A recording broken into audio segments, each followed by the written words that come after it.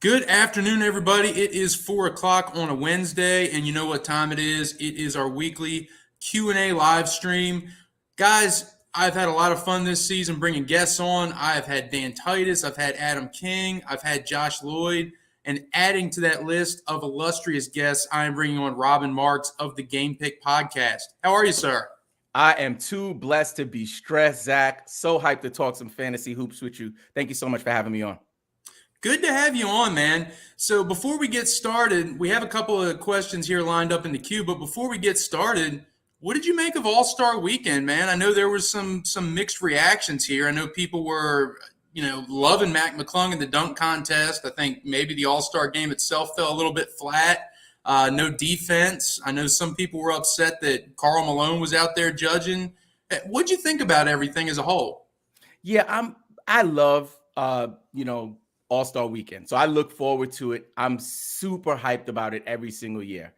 The dunk contest used to be one of my favorite parts of the weekend. Over the last 3 or 4 years, it has slowly become one of my least favorite parts of the weekend.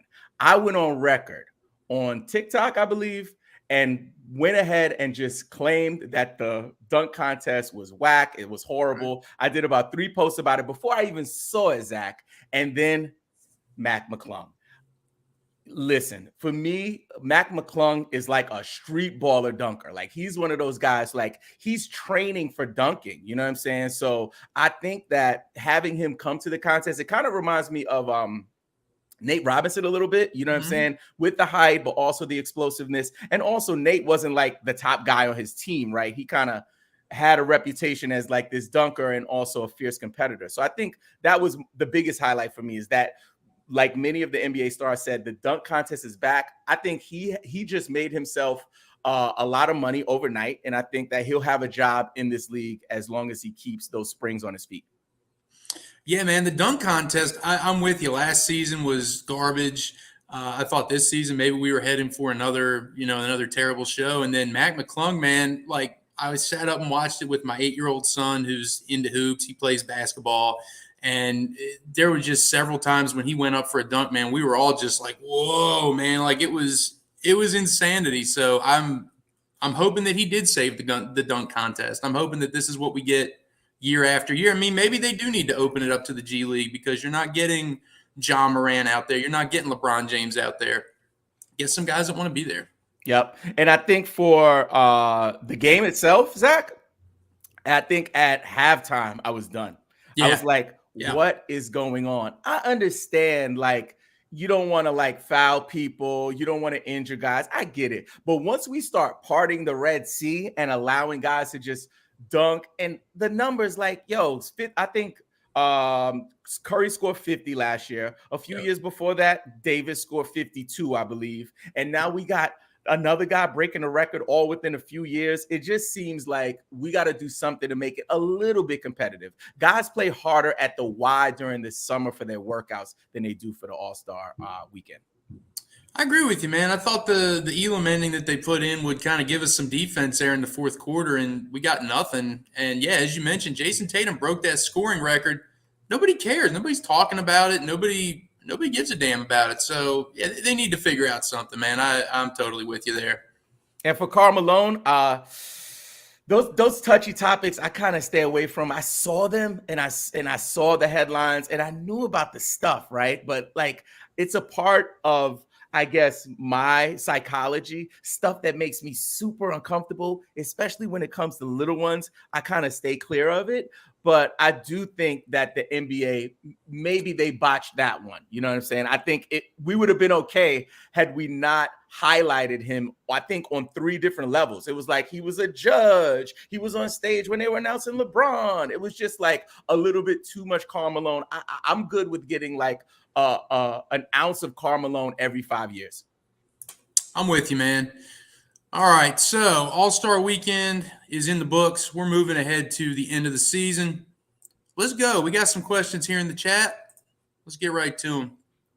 Hey, Zach, looking for a solid flyer to nab for the end of the bench. THT, that's Talon Horton Tucker, or Shaden Sharp. I currently have Sharp, but THT is looking enticing with those dimes. Thanks. Robbin, I'm going to go ahead and toss this one to you, man. Where are you leaning here between THT and Sharp?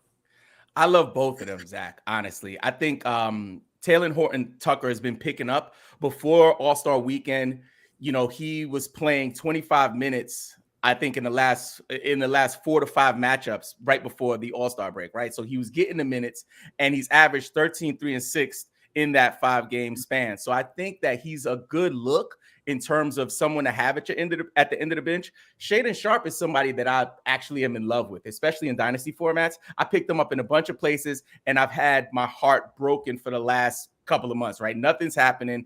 I don't want to drop him because if I drop him, someone else might grab him. But in the past 13 games through January 22nd, he's been getting 23 minutes per game. So that's a sign of life that we're looking for. And also, I don't know if folks know this, he was snubbed for the All-Star Game rookie challenge or whatever. Mm-hmm. And because of that, he dropped out of the dunk contest. So I think there's a certain level of, chip on his shoulder mentality that he might have. And that little dynamic might be the reason that he kind of outweighs THT for me. Yeah, I think it's a good point, man. And for me, I've been surprised by Sharpe here over his last couple of games because obviously maybe the most athletic guy that came out of last year's draft class. I mean, just major ups, just a highlight machine. And from what we've seen from him with opportunity earlier in the season, to me, I was thinking, man, this guy's better for a points league. He's a high volume scorer. He's not giving me too many peripherals, but the defensive stats here recently, the assists, the rebounds, they've all been very serviceable. So I think he's somebody that's very enticing for the rest of the season. I think if you are looking for dimes, I think this is team specific. I think I would go with THT. But otherwise, yeah, I think Sharpe has a lot of upside, especially if he can contribute outside of just the scoring. I think he can be great for the rest of the season. Can I add one more thing about Sharpe, Zach?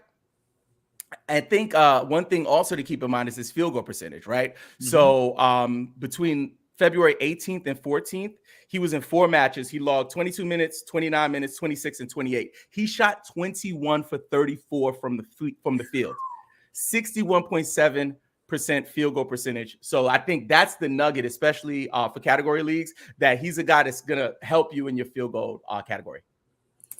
All right. So we're going with Shaedon Sharpe here, Mr. C. Moving on, how would you rank WB, THT, Love, and J. Rich rest of season? I'm going to go ahead and throw this one to you again, man. I think I know where I'm leaning, but what do you think here? Now I'm trying to figure out. Maybe it's late in the day here for me. WB. I'm thinking Will Barton. Okay, that makes sense. Unless we're talking Warner Brothers, because if we're talking Warner Brothers. That's all, folks. That'd be the end of the show with WB. No, I'll definitely take that one, Zach. So I think off the top of my head, because I've been doing a lot of digging on THT, I'm really excited to see what happens after the All-Star break. And I have him in a few spots. So I'm gonna take him there at number 1. Will Barton was bought out recently, I believe. Is that right, Zach? He was just bought out and he hasn't landed anywhere yet. No. So he's going to just move to the back of the line. So 1 is THT and 4 is WB. I'm going out of order here. Love, I don't really have much faith in what they're going to do. I think he doesn't have anything left in the tank. Maybe a couple of ounces of Carmelone juice is sitting there somewhere in his tank, but I don't think he has much. So I will put him at 3 and then J. Rich. So I'm going to go THT, J. Rich, Love, and then WB. What about you, Zach? Yeah, I think that's probably where I go. I think this might be more team specific because THT, as much as we would love to say, man, he's going to get close to 30 minutes a night, I don't know that we can predict that for Utah. The lineups have been kind of weird. Colin Sexton got injured, but he was obviously out there playing over All-Star Weekend, so he should be fine. Not entirely sure what they're going to do. I know they signed a couple of depth options yesterday. So, yeah, I think for J. Rich, though, the defensive stats here over his last couple of games have been pretty killer. He's not going to get 5 steals every night, but, you know how New Orleans is with guys in and out of the lineup. So I think if you're looking for defensive stats, Richardson might be the move. If you're looking for assists, THT, but they're the clear 1A and 1B for me, and it sounds like that's where you're leaning as well. Will Barton, and Kevin Love as well. I think they're great additions to a contender, but better for real life and better for spark off the bench type of guys than they are going to be for your fantasy lineup. Agreed. All right. From Vasity, hi. Hello. Hey, Vasity, what's going on? All right. Drop Josh Green, Bamba, or Thybulle for Monk, Vincent, Melton, Boucher, Cam Thomas, Eric Gordon for a 12-team. Whew. That's a big one. It is a big one. I think for me, just looking at this one, Bamba's the clear drop here. I'm not dropping Josh Green. I'm not dropping Matisse Thybulle here. Both of those guys have been great recently. I'll drop Bamba, and out of this group, ooh, man, I think I'm leaning with Gabe Vincent, man. I'm not sure how much of Kyle Lowry we're going to see rest of season, and we know what Vincent can do when he's in the starting lineup. So I think that's where I'm leaning here. What say you? Yep, I love this one. It is a big one, but I think, there's so many of us who are in these positions, and to get some extra input helps. So I love the question. Thank you, Roger. Here we go. So for me, I agree with you. I do think Bamba would be the person I would move on from. I like Vincent, but I'm really curious to know what you think about Melton, because especially in some of the playoff schedules, the Sixers schedule really works in terms of quality games. And I think a person like Melton, especially when they have those back-to-backs, and he kind of will pick up, some additional stats when Harden is sitting or even Embiid is sitting, that could really help you in that push. So I think for Roger, one thing you want to think about is, what does your playoff schedule look like, and how many quality games is the ad going to have? Because that could really help you make the decision. Yeah, I think Melton is a great choice as well. I know his minutes have kind of fluctuated here recently, but he's remained in the starting lineup even when Embiid has been healthy. And as you mentioned, if Embiid is sitting, he's going to see 30-plus minutes a night. And we know what he can do across the board with his skill set, and especially in those much-needed defensive stats. So, yeah, I think Melton is an excellent choice as well. Yep, and I pray and hope we get a Kawhi Leonard question. Just know that. It's one of the – listen, I'll tell you, Zach, for the last 2 years, that is one of the highlights of Talking Fantasy Hoops Online is my epic takes on Kawhi Leonard load management. So I'm praying, anybody out there, if you got a Kawhi Leonard question, this is the time. Well, are we on the same page here that you can't stand load management, or do you love load management? I don't know if there's anybody that, I don't think, maybe they're players who are like, listen, you don't know what it's like to play 82 games. Getting these millions of dollars is tough.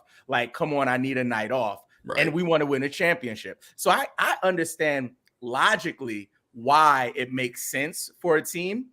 However, as a fan who is seeking a quality product, that is heartbreaking when you have a kid who's sick, terminally ill, who comes to a game to see his favorite player play. They bought the tickets 3 months ago just to find out that Kawhi Leonard was resting. Yeah. Sorry, Kawhi. No, man. We are absolutely on the same page on this one. All right, so we're moving on to, I think, a lot of people's, he's on their radar as a fantasy darling right now, rookie out of OSU, Malachi Branham, a guy that I've been pretty high on here recently, a guy that's averaged over his last 7 games in the starting lineup, 17.6 points, 4.3 boards, 2.6 dimes. What do you think about Malachi Branham rest of season? I think he can be great down the stretch. I agree. I had him as a waiver wire ad on our last show before the break. So I'm with you. I think that he has a lot of potential. And for me, with younger players, you know what I'm saying? First-year guys, second-year guys, there's always room for growth. There's always going to be upside. As long as they're in a space where they can get the minutes to get on the floor and just show what they can do, he's the kind of guy that could be a winner for you, a league winner for your league if you grab him now. Absolutely. Yeah. I think the Spurs they're 1 game or half a game back of Houston for the Wembanyama sweepstakes right now. So, look, do we see a lot of Trey Jones down the stretch? Do we ever see Devin Vassell down the stretch at all? Is he ever going to come back this season? Is Romeo Langford going to come back and play meaningful minutes? I don't know. I think the Spurs would be wise to, maybe rest those guys and just continue to lose games. So, yeah, I think it'll be very interesting to see how much run Branham gets at the end of the season, but I don't see him coming out of the starting five. Yeah, and I think one more thing, Zach, on that is that every year we have a guy. It doesn't necessarily need to be at the beginning of the season or even in the middle of the season. Sometimes we have these guys who come out of the blue when you're playing your playoffs and they help you to win that championship. Yeah. One guy that I can remember a couple of years ago was when Christian Wood was with Detroit, and he was going off during our fantasy playoffs, and a lot of people snagged him, and that got them the chip. So he might not be the one, but it's worth a shot, at least until you see his numbers decrease. I would grab him, hold on, and see what happens. Absolutely.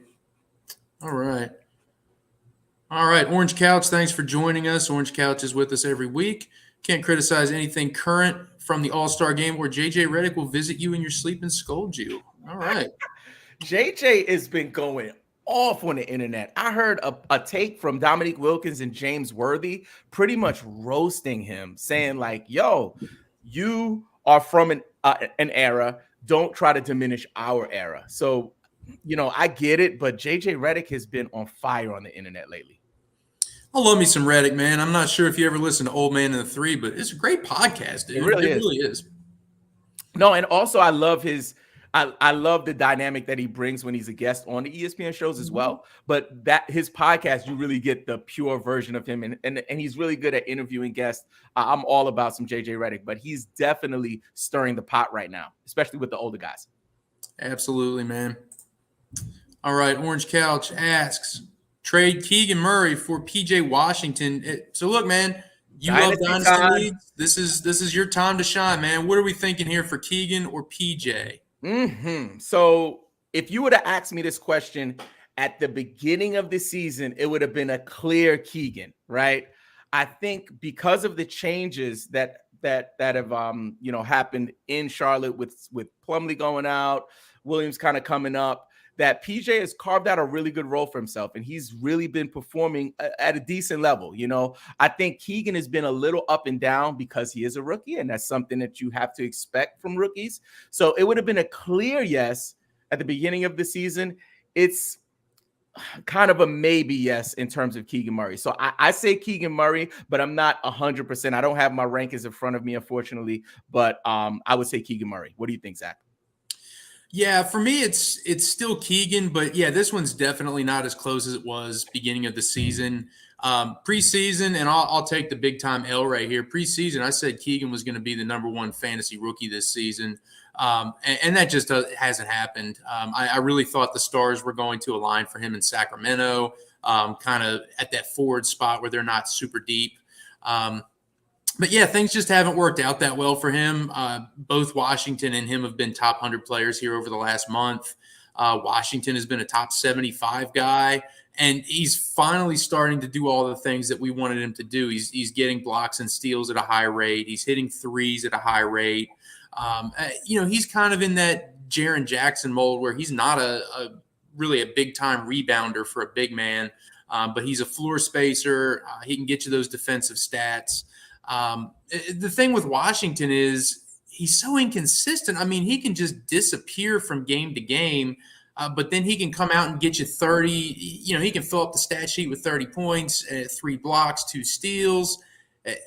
He's a very frustrating guy, but I do think Keegan has the higher trajectory, but it's very close, man. Yep. All right. Any updates on Big Bobby P? That's a good one. I don't know, Zach. I'd have to look that one up. Nothing comes off the top of my head for Bobby Portis. I would have to figure out what's going on with him as well.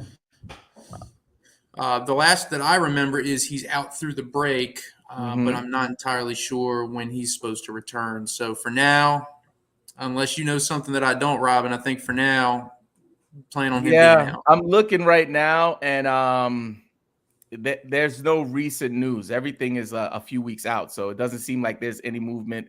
If you have him, and you can stomach it, and you have an available IR spot or IL spot, then I would just hold and be patient and see what happens.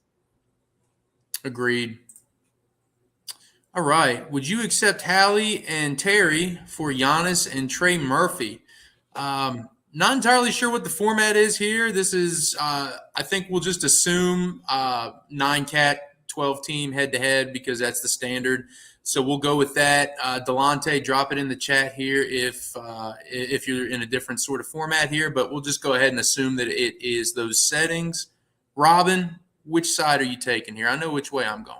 Yeah, I love trade questions, man. I love trade questions. I think looking at it, I like the Halliburton Rozier side because you're going to get what you get from Tyrese, right? He's going to fill every single bucket. He's that guy. Rozier, although he has some struggles here and there, he's still a formidable player for fantasy. So I like it. Giannis is one of my favorite players for fantasy.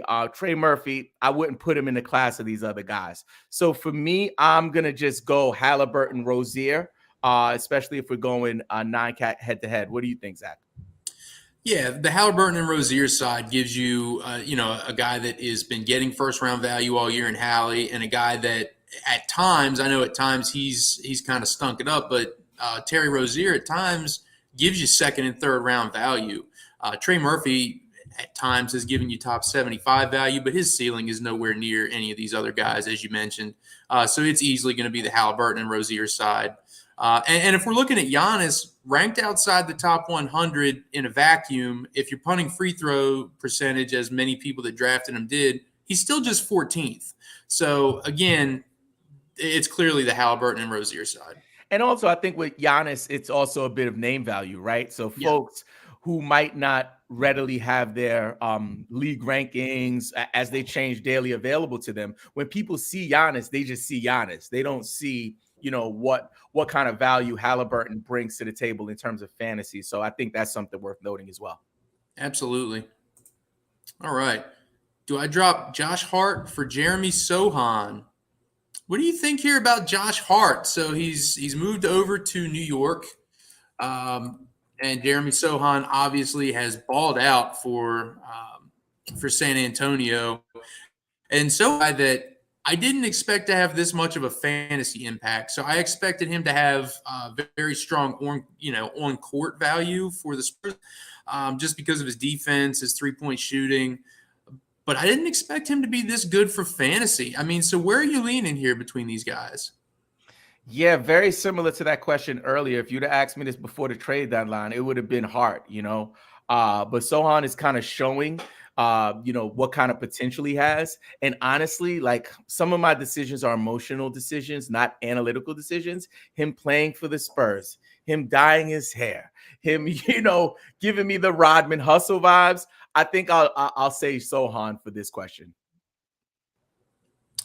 All right, and I think this will be the first time we disagree here. So I'm going with Josh Hart. As much as Sohan has been great, as much as he gives off those Robin vibes, and as much as I love Jeremy Sohan, the player.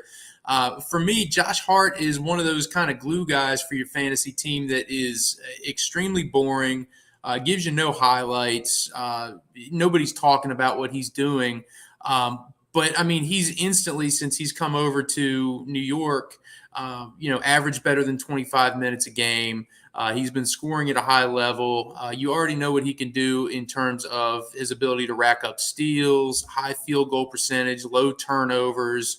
I don't think he necessarily has some of those warts that Jeremy Sohan has as a rookie. As far as the inconsistent shooting and things of that nature. So for me, it's going to be Josh Hart. He's a top 100 guy, I think, just very consistently. So he's the guy that I'm going to go with. I think his ceiling is probably lower in the long run, but if we're just talking high floor and high consistency option, that's the guy that I lean here. Totally fair. Totally fair. Again, strictly emotional decision on that one. All right, moving on. Are Westy and KPJ worth holding in a 9-cat? Waiver has guys like Mitch Robb, Steven Adams, Sohan, your boy, Emmanuel Quickly, Josh Okogie, a guy that I've been really high on, THT, Sharp, and Monk, to name a few. Yeah, that's more than a few. Thanks. What do you think here, man? Are you holding on to Westy? Are you holding on to KPJ? is this team specific based on the number of IL spots you have and what position you're in your league? Are these guys luxury stashes, or are they must holds for you? I think again, a lot of it has to do with the playoff schedule for this one. But looking at the guys here, Mitch Robb, do we know what's happening with Mitch Robb right now? I know he was out for a while. What's happening with him? What's his status?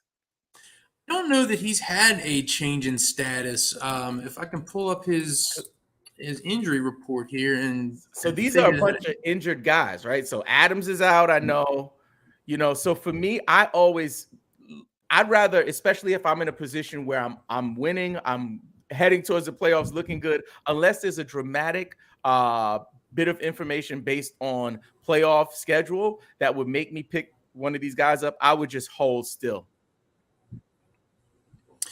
Yeah, I think it's an interesting question, but yeah, I think I lean towards that as well, because we're coming up here after the All-Star break. If you haven't dropped these guys yet, I mean, what's it going to hurt to hold them for one or two more games? We're halfway through this kind of combined week, before and after the All-Star break. Finish out the week. If you don't hear anything encouraging from these guys, I don't think Westbrook is necessarily a must hold. I'm curious to know what kind of role he ends up playing with the new team. And Kevin Porter Jr., to me, he's much more valuable as a hold. But again, if you don't get any encouraging news from these guys, they can be cut, I think, as we get near the playoffs. But it's not going to hurt you to hold for the rest of the week and make a goofy decision by dropping them. Yeah, and I think what we do sometimes, folks overthink it, right? So it's like, it's so much like potential gold on the waiver wire. Let me think about dropping, something here so I can pick something up. And Westbrook, although, you got to be punting in like multiple categories. Yeah. If you'd be like Pat McAfee, like punting like hardcore if you have Westbrook. So when you get into the playoffs, don't get caught off guard by the name value. If you need to drop Westbrook in the playoffs for whatever reason, get ruthless, do what you got to do. Absolutely. I have Cam Reddish. Do I drop him? If you need somebody off the waiver wire, sure. But I mean, with these drop questions, to me, it's always just context matters. It's team dependent. If you need to fill that spot, I think the better question is Cam Reddish a must hold? Absolutely not. No, I agree with you. And I think, again, look at what's happening with your team right now, and think about, the urgency level. So that droppable list goes higher and higher as you get further and further in the playoffs. You know what I'm saying? You can drop your top guys if you need to fill a slot. So I think Cam Reddish is a name that he could totally be a droppable asset. Absolutely agree with you. All right. Are we dropping or holding Zion? Points league. And again, this is points league, which is something that you specialize in. So in a points league, what are you doing with our king, Zion Williamson? I'll start by saying that I love Zion. I'm like crazy about him.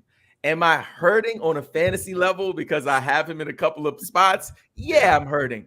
But I do have injured reserve spots. So if, in fact, you have an IR, that it's an easy yes, right?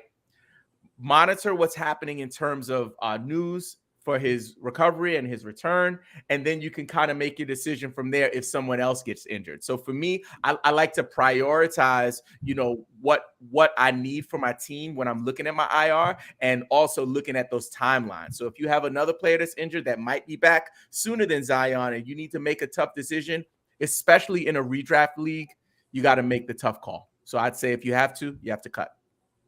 All right. Well said. Moving on. Jalen Durham, rest of season in a 9-cat. Are you worried about the near even minute split that he and James Wiseman had in their last game out? Does that concern you? There was talk that Durham is dealing with maybe nicked up a little bit. It is one of their last games before the All-Star break. Do those things play a factor here, or do you think the Pistons are, hey, they went out and got their guy, and they're looking to see what they have in James Wiseman rest of season, former number 2 overall pick? I mean, what do you think here? Is this something or nothing?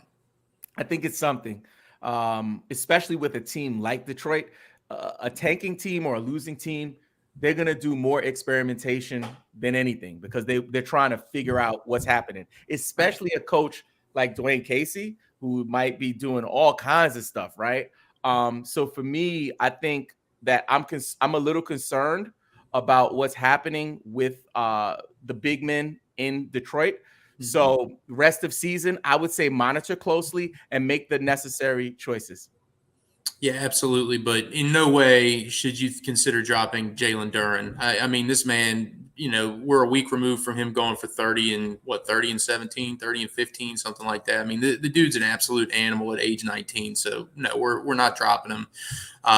Yeah, as you mentioned, just keep an eye on those minute splits with Wiseman because Durham is the better defender. Durham is, in my opinion, Durham is the more athletic and energetic player. I think Wiseman has a little bit better touch on offense, but other than that, Durham is the play. Yeah, and especially if you're talking dynasty, I would definitely hold on to him. But again, if you're in the playoffs and you're in a redraft league, the same rules apply. You got to make tough decisions. But right now, rest of the season, I would definitely hold Durham until you get to your playoffs. Absolutely. Question. Okay, here we go from earlier. Yeah, I'm not sure why we were thinking Warner Brothers. I'm not sure, man. We had Looney Tunes on the brain. I don't know. Zach, I think he meant WB Will Barton. Yeah, not Will Barton. Nobody cares about Will Barton, man. That was Walter Brown. Yeah, right. So what are we thinking here? Westy or THT or who's the other one from earlier? Jay Rich and Kevin Love, right? So I think Westbrook. That's a good one. I think I would move Westbrook up just because if Westbrook does some Westbrook things, you'll be fine. You know what I mean? But we just don't know. So I like the gamble of like moving him up to the top of that list or even number 2, 1 or 2 there and seeing what happens with him. What do you think? Yeah, for Westbrook, I think I would probably put him over Kevin Love because I do think he'll have a more secure role, than Kevin Love will with Miami. But for me, it's still going to be Richardson and THT over Westy. Yeah, because you highlighted it earlier. You have to be punting several categories for him to be viable for your team and not just crush you, in turnovers, field goal percentage, lack of threes, those kind of things. Yeah, you'd need multiple feet. Yeah, exactly. All right, let's see here. All right, we got some good questions coming in here. Need blocks and Reeves. Would you trade Keegan for Zubats? Deep 9-cat roto league. What are we thinking here? Zubats has not been super great recently. He started the season out absolutely crushing it, still having one of the best seasons of his career, if not the best season of his career. The blocks have come down, the rebounds have come down, and now he's sharing time with everybody's favorite pest, Mason Plumlee, who's getting minutes off the bench. So what are we thinking here? Would you trade Keegan for Zubats? Yeah, the first thing that comes to my mind is Keegan's upside and going down the stretch, especially for a team that's not really playing for anything, them wanting to kind of test out their rookies and their younger guys. So I'm going to go with Keegan on this one, Zach. Yeah, as much as I love Keegan here, I think I'll disagree with you here again, just because we're looking for rebounds and we're looking for blocks. And while Keegan he's better overall and he's better in a vacuum just with what he brings to the table, 3-point shooting, and a little bit of just everything that he does. He's not going to get you 10 rebounds a game. Zubats, even though his numbers have come down, still getting you 9.7 a game, still getting you over a block a game, and Keegan's not going to get there. So for me, in this situation, it's going to be Zubats. That's fair. All right. Let's see. Another Zion question. Should I keep him or trade him? I mean, with these trade questions, it's always going to be what can you get in return? And it's the same thing about dropping him. I mean, who are you picking up off the waiver wire? And in a trade, who's giving you anywhere close to what his value is? Is anybody going to offer you a top 75 player for Zion? If they do, I'll take that in a heartbeat. I don't think they will. So if you can get that, absolutely. If not, you're going to have to hang on to him and, until you find out, hey, he's not going to be playing, and then you just outright drop him. But otherwise, you hold on to him because you're not getting any sort of fair value.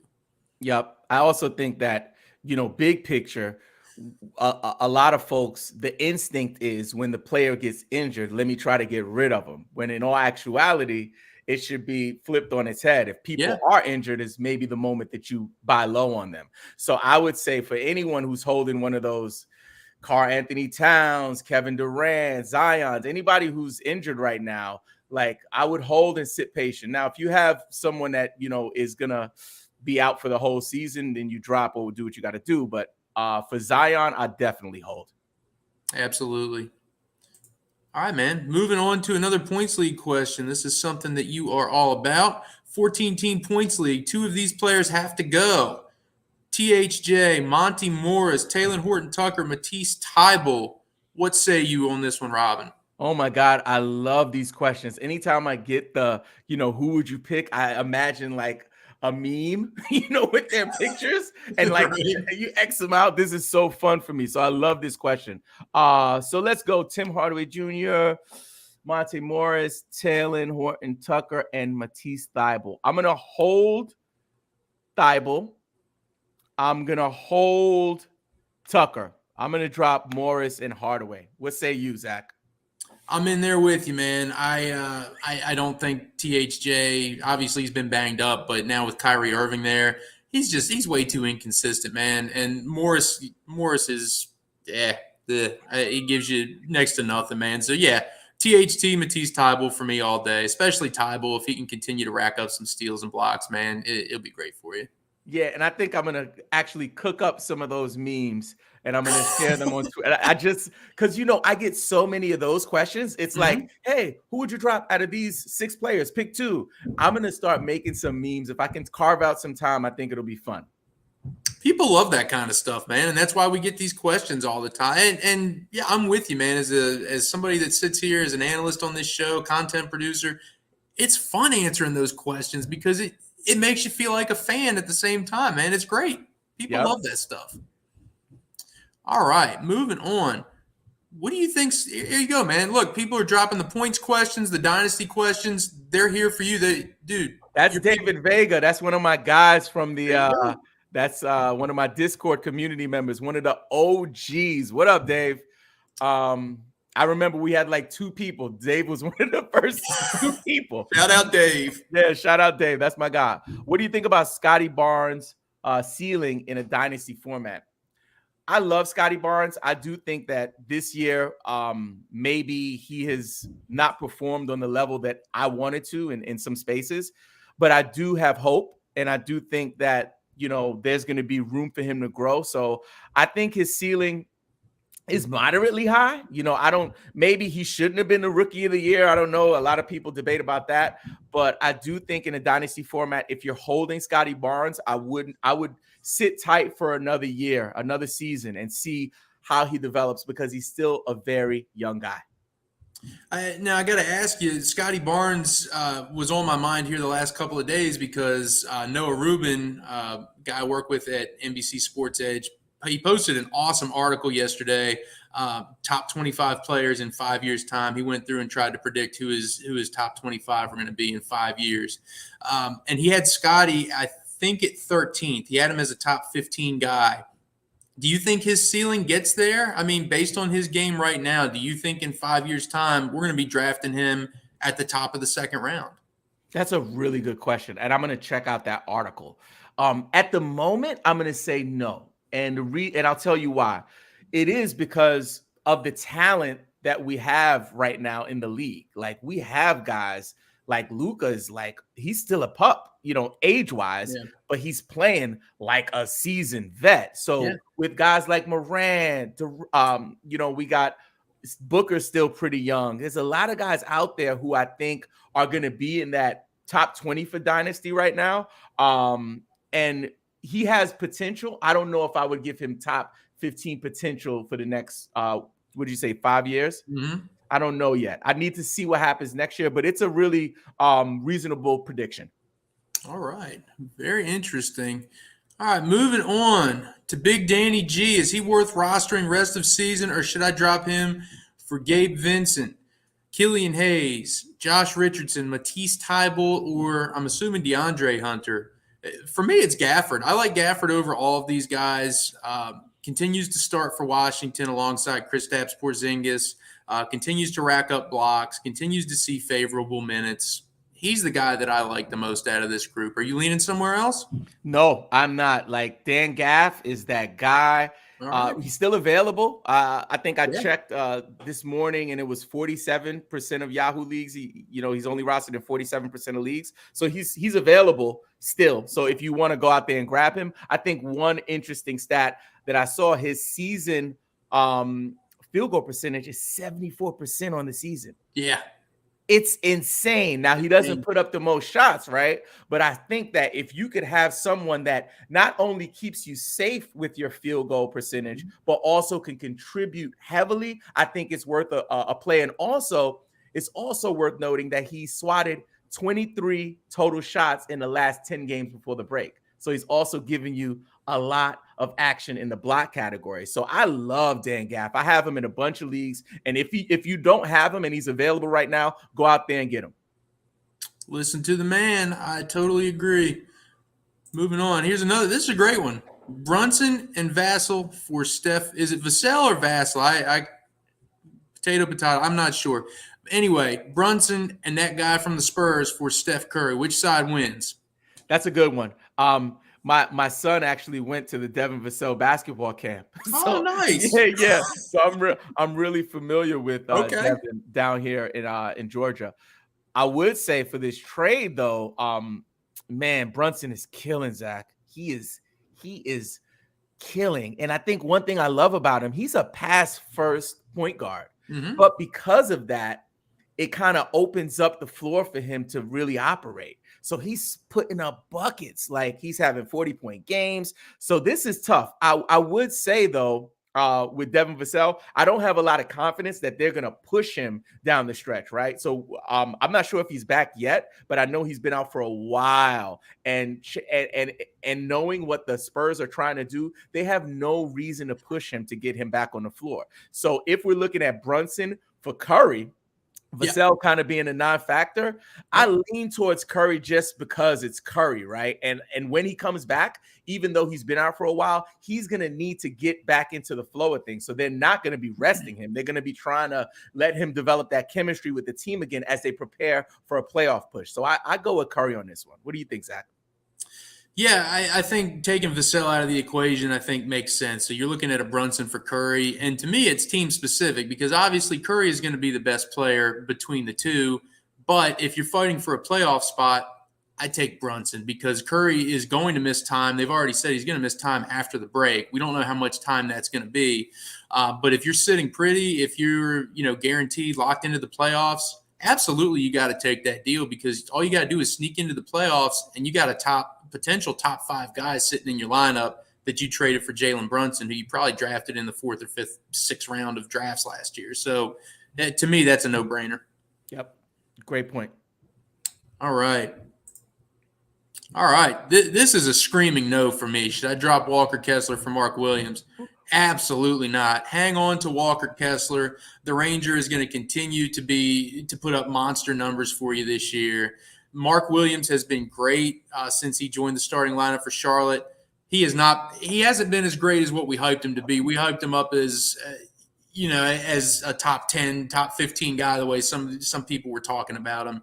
And he hasn't been that. The rebounds haven't been quite what we expected. The blocks have been good at times, haven't been quite what we expected. Walker Kessler has been that dude since right before Christmas, essentially. So for me, it's Kessler by a mile. Yep. I agree with you. I do love me some Mark Williams, though. Yeah. And honestly, I must have talked about him 3 or 4 times before Plumlee got sent away. And the guy was the defensive player of the year in the ACC. SWAT Academy. Yeah. So I think he's going to get better. But at the moment, I definitely agree with you. Walker Kessler has been cooking, man. Yes, sir. All right. 12-team 9-cat league. Who do I drop to activate Jalen Brown? Jalen Brown was looking good at the All-Star game. I know it was an exhibition, but I have a soft spot for somebody that wears the face mask, man. I was a big Rip Hamilton fan, so I always love anybody with the face mask. Who you dropping out of this group here, man? I mean, for me, it's Monty Morris. I think you can make a case for Royce O'Neal too, but for me, it's Monty Morris. Yeah, for me, you know how I feel about Sohan, so you know he stays. Right. This meme he will be at the center of this meme. He stays. Mark Williams, again, I love the potential and the upside, especially with the defensive stats. Thybulle, same thing with defense. I think I agree with you with O'Neal and Monty Morris. It'll be one of those guys. Tyus Jones hasn't been as consistent lately. Is he still worth holding as a jaw handcuff? I think if you have the space, it's team-based here. If you have the space, if it's a deeper league, sure. If you're playing in a 10 or 12-team league, you probably don't have the luxury of holding on to him, I would imagine. Yeah, and I think for the fantasy playoffs, I know there are a couple of playoff schedules where the Grizzlies have some back-to-backs. Mm-hmm. Rest assured, as the sun rises and sun sets, Ja Morant will rest some back-to-backs. This I know. Memphis is good to go, but when you get into March and April, they're going to be resting, their leader. So I think if you can stomach having him, or if you're in a really good position and you can hold on to him, when Tyus Jones plays, he goes off. So that's one thing. It's not like a normal handcuff. It's like he gives you like superstar production in short little time periods. So I think definitely if you can, hold him. Yeah, Tyus Jones absolutely balls out anytime he's given the starting nod. So, yeah, it's a no-brainer. Okay. Vanderbilt rest of season in a 9-cat head-to-head. If Glassman AD goes down, and we're not talking about crashing the glass here. We're talking about glass bones and paper skin, I'm assuming. What do we think about Vandy? One thing I know about AD is that historically AD gets injured. When you don't need him to get injured. If he stays healthy, they might win a championship in a bubble somewhere, right? But one thing for sure is that Kawhi Leonard is going to rest and AD is going to get injured. So for me, I think rest of season, I don't have the highest hopes for Vanderbilt. I do think depending on your league size, if he's someone that you can roster right now, that's cool to keep him in a tuck. But one thing I would know for sure is that AD, I never want any player to get injured. You know what I'm saying? But and I pray that he stays healthy. But consistently, as long as I've been covering fantasy basketball, every year the man is injured. Absolutely. All right. Moving on. And commenter, there's another comment below this that said this is Yahoo points. I got to assume this is Dynasty because it can only keep 4. Otherwise, why is Chet on your team? Can only keep 4: SGA, Lowry, Şengün, Chet, CJ, Vassell, Mark Williams. Jeez, man, these are some good problems to have right now. That's a nice team. I mean, if we're talking a dynasty league here, I just initially looking at this, SGA has to be on there. Chet has to be on there. And I think it's going to be Lowry and Şengün. I think those are your guys. I think Mark Williams and CJ are going to be, and Vassell are going to be your drops out of that group. Do you have I know Dynasty is kind of one of your specialties. Do you have a different viewpoint on this one? Let me process this, Zach, because again, I really love these Dynasty questions because a part of it gives you a little more room and flexibility in terms of projections, right? So like, nothing's guaranteed. Guys could get injured. Guys could get traded, whatever it is. But I think for me, like you, SGA, you have to, that's a no-brainer, right? Lowry, the way he's performing this season, Zach, did you predict that or guess that? Because I didn't. And I was high on him because he would be in a new setting. And also he had a great showing when he played overseas that summer, right? So I knew that Lowry was coming, but I had no one to imagine this. So he would be a keep. I love Şengün. I love Chet. So the one I would, I guess, debate on would be, I definitely would keep Chet. Şengün, maybe I'd consider just on the upside of Mark Williams, but nah, I'm going to stay with Şengün. All right. Yeah, I lean Şengün just because of the passing ability. I think that adds another dimension, something that Mark Williams we haven't seen from him quite yet.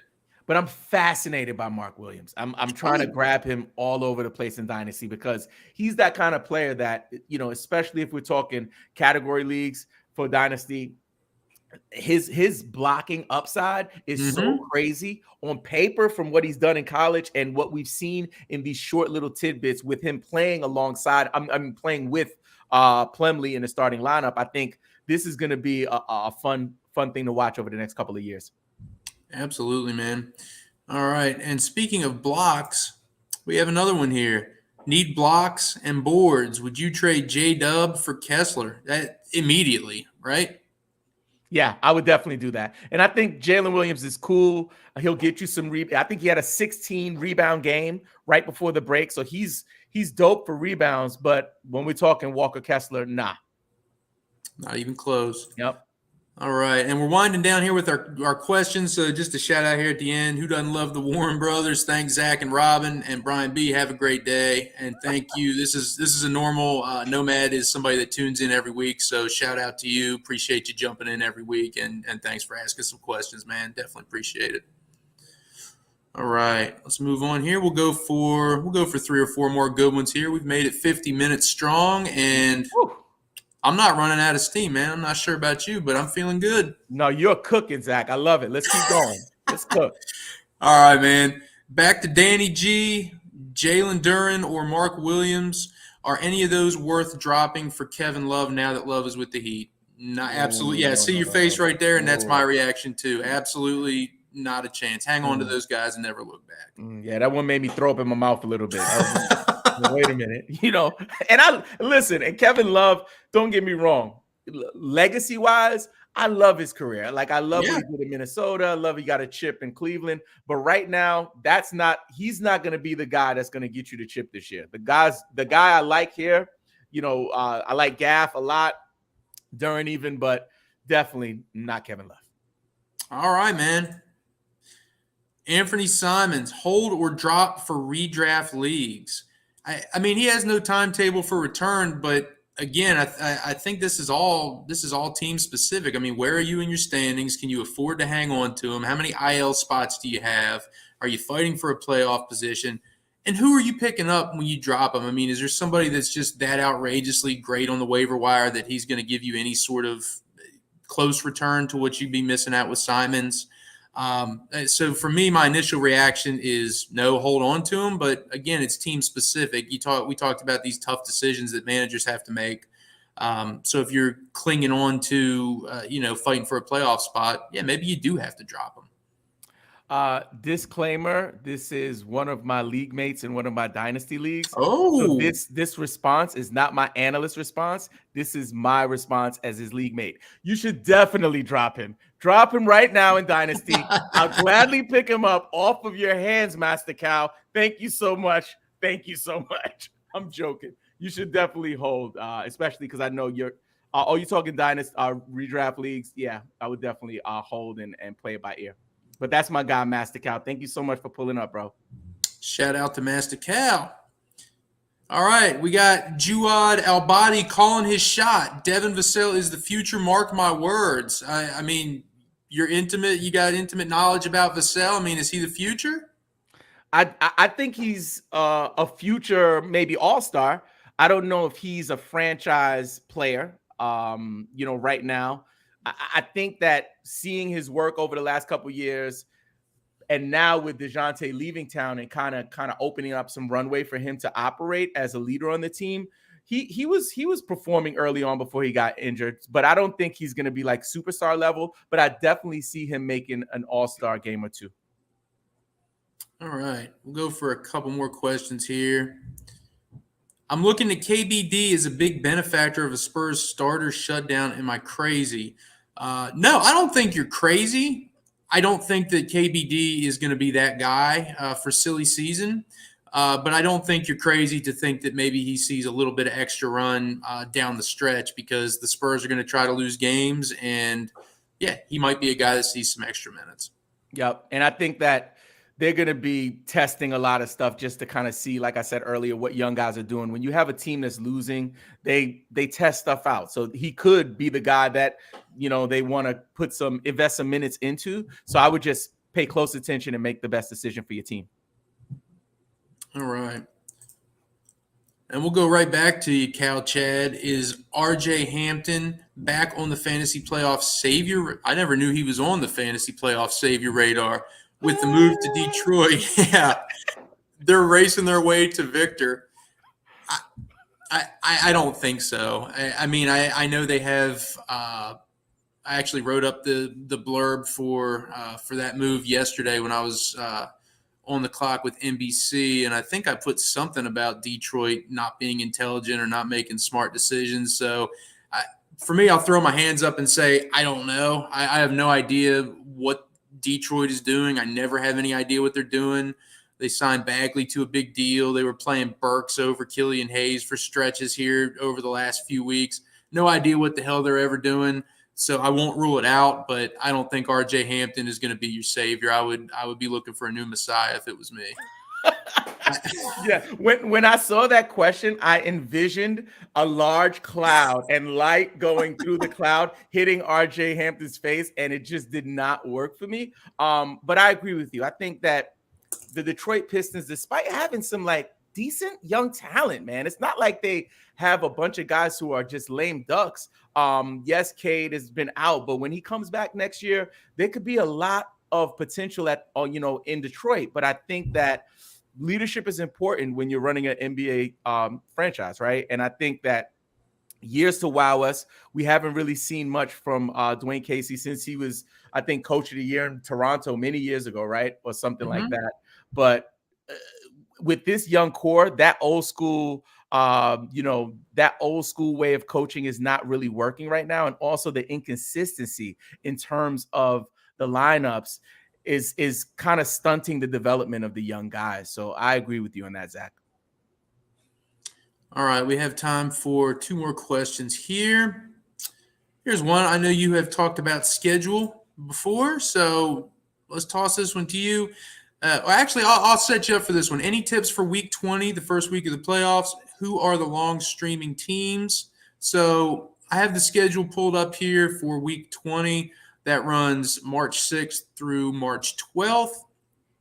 We have 5 teams playing 2 games. That's going to be the Bulls, the Clippers, the Wolves, the Suns, and the Spurs. So some of the Spurs guys we've talked about before, they're not going to see necessarily as much shine with just 2 games. So that's something to keep in mind. We don't really have a whole lot of man, now I am starting to show that I'm getting gassed here. We don't have a lot of light slates that week. So minimum of 6 games on every single day of that week, with a high of 10 on Saturday. So it's not like we can look at, a 3-game Thursday and kind of figure out our choices with the 10-game Wednesday. We kind of have to be up on our decision-making throughout the week. But the Spurs, 2 games. The Suns, we talked about somebody like Okogie, 2 games. The Clippers, not sure how many you're streaming there. The Bulls, not sure who you're streaming out of that group either. The Celtics, Mavs, Warriors, Rockets, Pacers, Lakers, Grizzlies, Bucks, Magic, Kings, and Raptors and Jazz play 3 games, and the rest play 4. So with all that said, with me getting tongue-tied and rattling off some of those games, Robbin, what do you think about week 20? Any nuggets of wisdom to impart to the listeners out there? Yeah, I think overall for week 20 and beyond, right? So for whatever your playoff schedule, I think knowing who has 2 games, because that's a big thing, right? Making sure you're aware of that so you can make the necessary plays. And then also be mindful of who has the back-to-backs. And that works both ways.